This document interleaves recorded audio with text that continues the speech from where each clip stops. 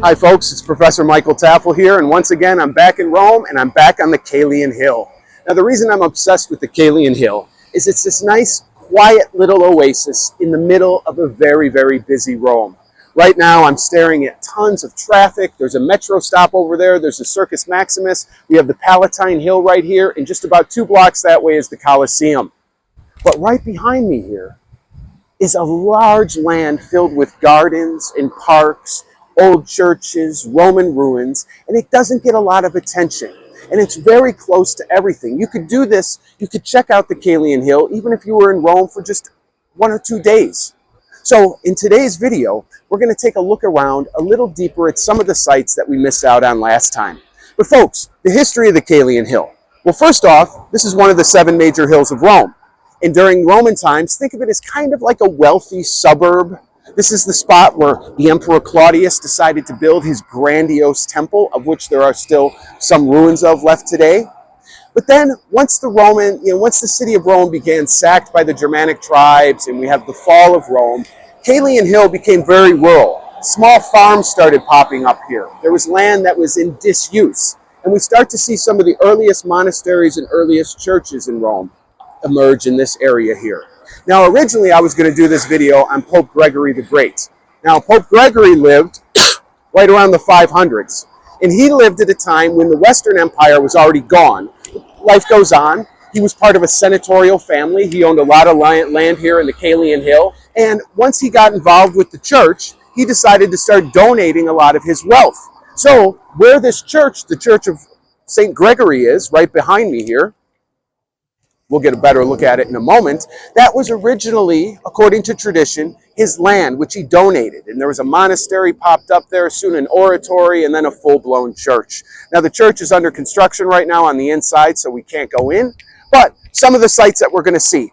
The Church of St. John and Paul. These were 2 Roman soldiers that in the year 368, I believe, were martyred under the Roman Emperor Julian. As tradition goes, this church, which was begun in the year 400, this church was built on top of their houses. Now in the 19th century, people started becoming curious. Were there really houses here? So they started excavation work and they discovered that underneath the church, there are 20 rooms belonging to 5 different buildings and an actual street going through it. So in some ways you have like this miniature Pompeii, underground Pompeii, right here on the Caelian Hill. There's also a brand new archaeological park that's opened up and columns all over the place. I haven't gone in yet, so this will be my first time. So we're going to take a peek at that. And then maybe afterwards we'll look at some more churches, some of the parks, get a little bit of the sights and sounds, and maybe we'll end this with a coffee in the neighborhood of Celio. So folks, thank you for watching. Let's get going.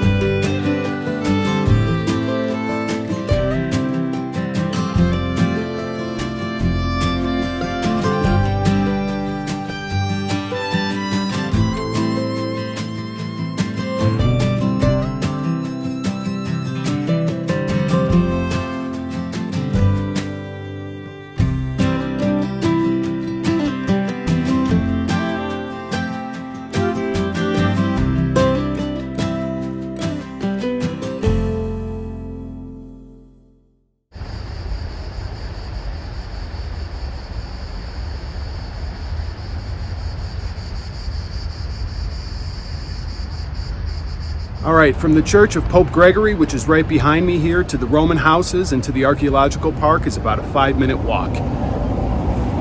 I'm gonna flip the camera around here so you folks can see some of the beautiful sights. So as we're going up the street here, folks, you can see some nice old Roman brickwork, of which the oratory of St. Andrew was built into. Straight ahead are the famous arches that connect the oratory to the Church of St. John and Paul. Right where the first arch is where you have the entrance to the Roman houses. And on the left here with this orange paint, this is where we have the entrance to the archaeological area.